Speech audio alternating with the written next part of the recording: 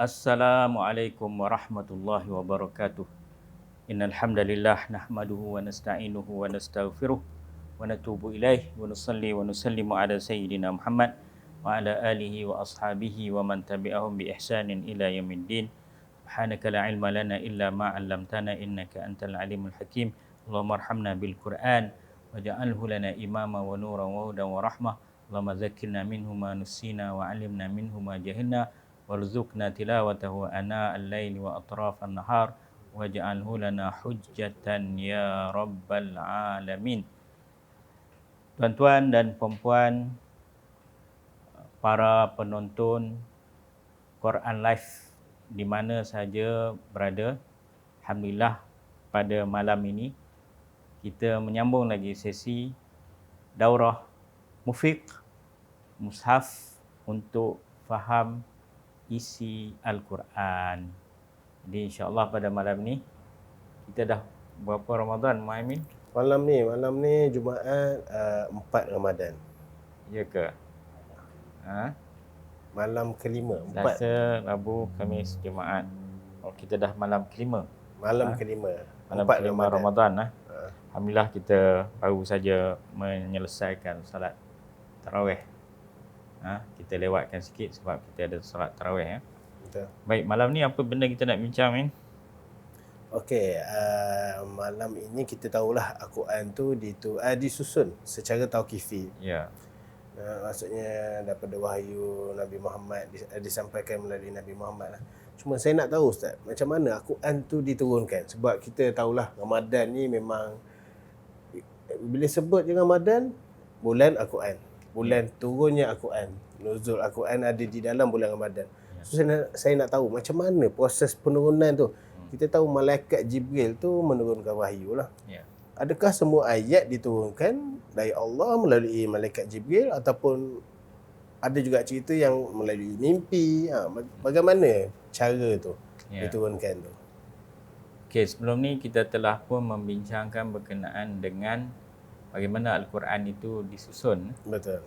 Apa yang diturunkan oleh Allah Subhanahu Wa Taala melalui malaikat Jibril kepada Nabi sallallahu alaihi wasallam, dia tidak seperti mana apa yang ada dalam mushaf sekarang. Jadi apa yang disusun dalam mushaf sekarang ni adalah tauqifi, maksudnya itu juga adalah wahyu daripada Allah dan daripada Rasulullah. Maknanya Rasulullah sendiri yang susun benda tu.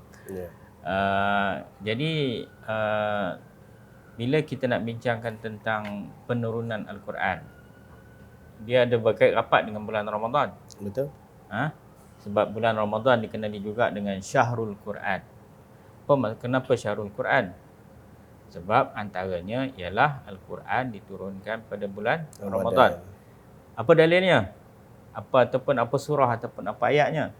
Jadi surah yang masyhur, surah yang menceritakan tentang penurunan Al-Quran ialah surah Al-Qadar. A'udzubillahi minasyaitonirrajim. Inna anzalnahu fi lailatul qadar. Semuanya kami menurunkan Al-Quran pada malam Al-Qadar. Kita sebut Lailatul Qadar lah. Betul. Jadi Lailatul Qadar ni kalau ikut perbahasan ulama, dia diturunkan pada malam-malam Lailatul Qadar ni berlaku pada malam-malam ganjil bulan Ramadan. 10 terakhir. 20 ke atas tu itulah malam Lailatul Qadar. Jadi Al-Quran itu diturunkan pada malam Qadar pada bulan Ramadan. Jadi bila kita tengok dalam ayat Quran ini, Allah Ta'ala sebut inna anzalnahu, sesungguhnya kami menurunkannya. Bila Allah Ta'ala menggunakan anzalnahu, kalau anzala itu maksud Allah Ta'ala menurunkan sekaligus. Maksudnya daripada mana? Daripada Lauh Mahfuz ke Baitul Izzah. Baitul Izzah ni ialah tempat malaikat. Malaikat Jibril semua beribadah di situ. Kan? Sekaligus maksudnya lengkap Al-Quran itu. 30 juzuk. 30 juzuk. Lengkaplah kita kata. Lengkap Al-Quran. Kemudian diturunkan kepada Nabi SAW secara beransur-ansur. Selama berapa? selama 23 tahun. Ha? Jadi 13 tahun di Mekah, 10 tahun di Madinah, 23 tahun. Jadi juga pada bulan Ramadan. Bulan Ramadan ada riwayat mengatakan pada 17 Ramadan. Ada riwayat mengatakan pada 24 Ramadan. Baik. Apa yang nak kita bincangkan yang ada kaitan dengan Mufiq ini ialah di dalam Musa Mufiq kita ni, kita memasukkan apa yang kita namakan sebagai sababun nuzul. Asbabul nuzul. Sababun nuzul atau asbabun nuzul. Asbabun nuzul ni plural daripada sebab. Kita orang Melayu dah biasa perkataan sebab, musabab kan. Sebab maknanya sebab lah. Asbab tu maknanya plural. Asbab bahasa Arab maksudnya sebab-sebab turun. Jadi bila kita membincangkan, kita tengok dalam Mufiq ini, dalam kebanyakan muka surat tu dia ada disebut asbabun nuzul. Betul. Ada kalanya dua sekali, ada kalanya sekali, dan ada kalanya tak ada. Ada tempat yang tak ada tempat yang ada. Tapi kebanyakannya adalah. Betul. Kebanyakannya ada. Cuma bukan semua ayat. Bukan semua surah. Jadi yang asbabun nuzul ini ataupun sebab turun ini, maknanya Al-Quran itu diturunkan dalam dua bentuk. Satu bentuk yang tidak bergantung pada sebab musabab. Maksudnya memang Allah Ta'ala turunkan kepada Nabi Muhammad SAW. Ada yang lengkap surah, ada beberapa ayat saja tanpa sebab. Dan yang kedua, Allah Subhanahu Wa Ta'ala menurunkan Al-Quran itu dengan sebab ataupun mengikut kepada sebab tertentu. Bergantung kepada, dilihat kepada peristiwanya. Betul. Apa yang ditanya kepada Nabi sallallahu alaihi wasallam, Rasulullah ditanya. Kemudian maka Allah Subhanahu Wa Ta'ala turunkan ayat itu. Jadi dalam ilmu asbabun nuzul ini ataupun untuk kita memahami Al-Quran, sangat penting kita memahami sebab turun ayat itu ataupun asbabun nuzul itu. Sangat penting. Dan para ulama menjadikan satu ilmu khas berkenaan dengan sebab turun. Sebab turun Al-Quran itu, sebab turun ayat itu. Sebab dia ada kaitan untuk kita dalam konteks kita nak memahami Al-Quran, dia juga perlu kita tahu sebab turunnya ayat Al-Quran itu. Sebab itu dia asbabun nuzul ni dia diletakkan dalam cabang ilmu tafsir. Spesifik untuk ni. Ya. Nuzul, ya, sebab maknanya kalau orang yang nak memahami Al-Quran, tafsir Al-Quran, ataupun orang nak jadi ahli tafsir, dia wajib mengetahui asbabun nuzul. Adakah sebab Ustaz? Adakah kita perlu belajar asbabun nuzul? Mungkin sebab jika kita baca maksudnya ayat tu hanya kepada waktu turunnya, bukan waktu sekarang. Ya. Boleh jadi sebab tu jugalah kan? Dia. Memang dari segi kewajipan kita belajar, dia wajib belajar, tetapi dia dalam bentuk fardu kifayah. Maksudnya kalau ada segolongan. Ini bergantung kepada kalaulah seseorang itu nak mentafsirkan Al-Quran ataupun nak memahami Al-Quran secara mendalamnya, maka dia wajib memahami atau mempelajari asbabun nuzul. Tapi kalau macam kita ni orang awam, public ini, dia taklah. Itu maknanya kalau kita membeli ataupun memiliki Musa Mufiq ini, sebenarnya kita sudah meletakkan asbabun nuzul. Betul. Untuk membantu orang-orang yang nak memahami Al-Quran ini. Maknanya kita dah okey, ayat ini kalau kita buka dalam muka surat yang dalam muka surat pertama pun, surah Al-Fatihah tak ada asbabun nuzul. Kita muka surat yang seterusnya tu, muka surat 3 tu, kita tengok di bawah dia tu, dia ada asbabun nuzul. Surah Al-Baqarah ayat 6 hingga 7. Ulama menyatakan bahawa orang kafir yang disebut dalam ayat ini adalah orang Yahudi. Dua-dua ayat dalam surah ini diturunkan berkenaan dengan orang Yahudi di Madinah, manakala Ad-Dhahhak pula menjelaskan bahawa ayat ini ditujukan kepada Abu Jahal dan 5 orang ahli keluarganya. Maknanya dalam asbabun nuzul ini diceritakan dalam konteks ayat itu. Betul. Maknanya ada peristiwa-peristiwa yang berkaitan. Contohnya kenapa kata ayat ini ditujukan ataupun yang dimaksudkan dengan ayat ini adalah orang Yahudi. Maknanya untuk kita nak menjuruskan kepada penentuan maksud ayat itu, maka keperluan kita ialah mengetahui asbabun nuzul lah. Jadi asbabun nuzul ini antara faedahnya kita mempelajari asbabun nuzul ini, yang pertamanya dia membantu orang yang membaca Al-Quran untuk memahami Al-Quran dengan kefahaman yang benar, yang tepat. Sebab bila sebut sebab, dia ada kaitan dengan musabab. Sebab itu berkata Al-Imam Al-Wahidi, Al-Imam Wahidi dia kata, la yumkin tafsirul ayah dunal wukuf ala qissatiha wa bayani nuzuliha.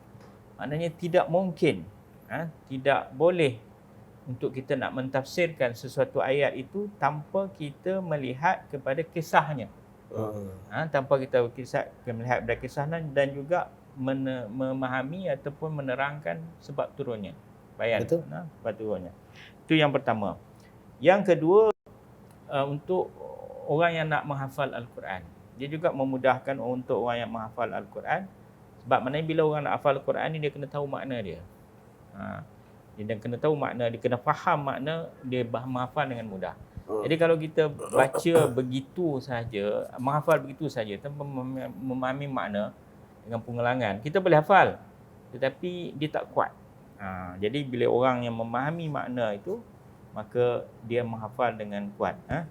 Kemudian dengan kita memahami asbabun nuzul ni juga, kita dapat mengetahui hikmah daripada ayat itu. Lebih yang berkaitan dengan syariat. Jadi apa hikmahnya? Baik. Seperti mana yang saya sebutkan tadi,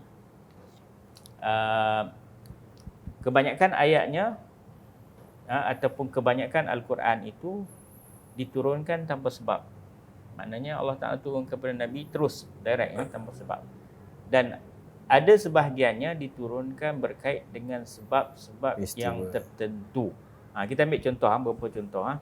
Contohnya di dalam satu kisah, Allah Subhanahu Wa Ta'ala menurunkan Al-Quran.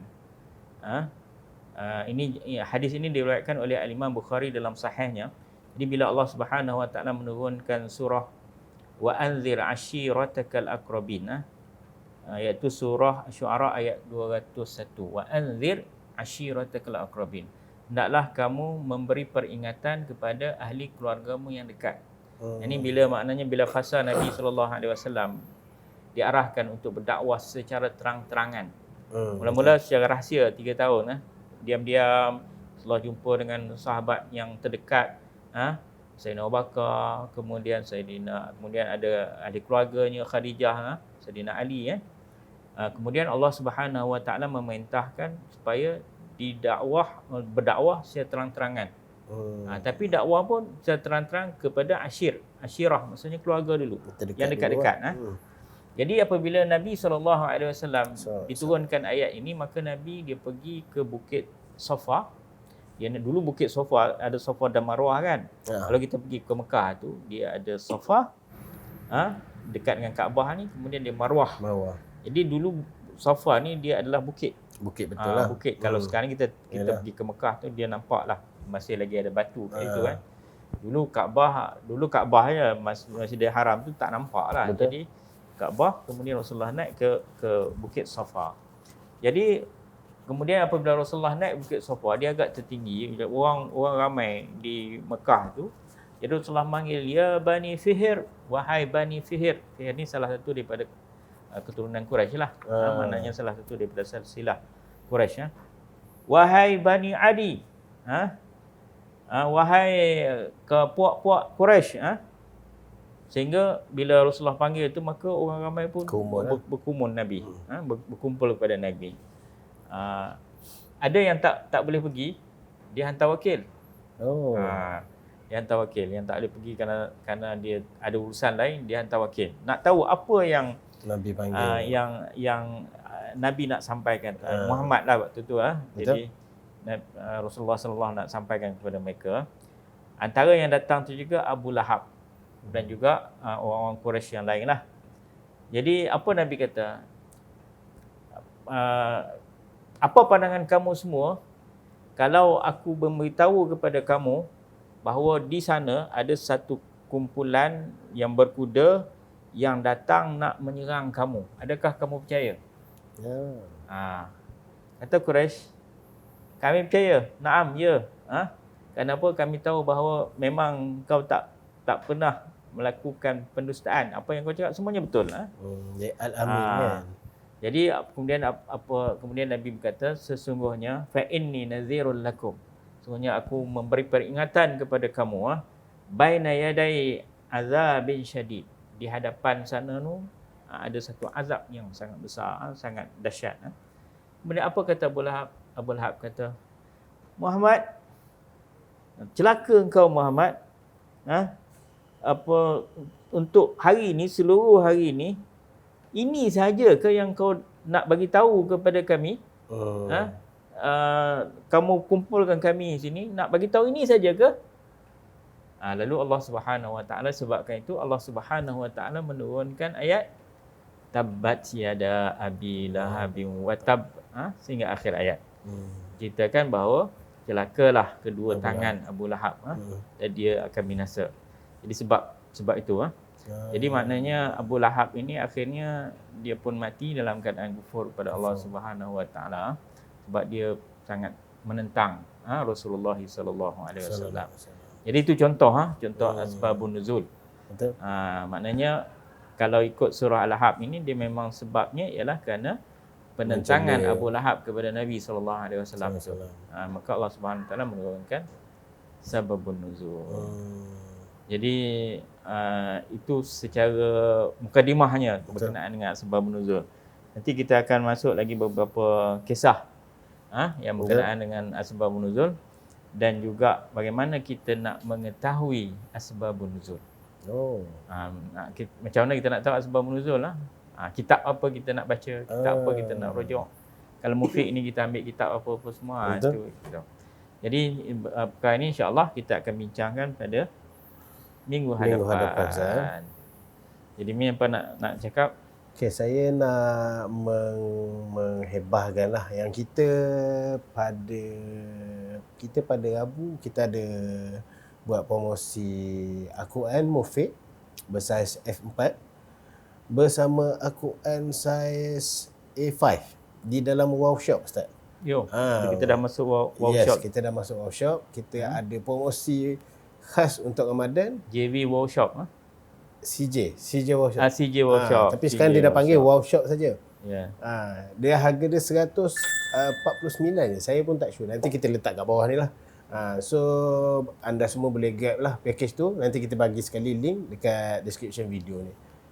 Istimewa untuk anda pada bulan Ramadan ini. Jadi untuk malam ni kita cukup untuk setakat ini, dan teruskan bersama dengan kami dengan pelbagai lagi program yang kita anjurkan secara live. Khatam Al-Quran setiap hari bulan Ramadan. Lepas ni kita akan juga masuk pula pada program Ma'an Nabi sallallahu alaihi wasallam. Ini program kita berselawat untuk kita zahirkan kecintaan kita kepada Nabi sallallahu alaihi wasallam. Aqulu qawli hadza astaghfirullah li wa lakum wa lisairil muslimin wal muslimat wal mu'minin wal mu'minat bi rahmatika ya arhamar rahimin. Wassalamu alaikum warahmatullahi wabarakatuh.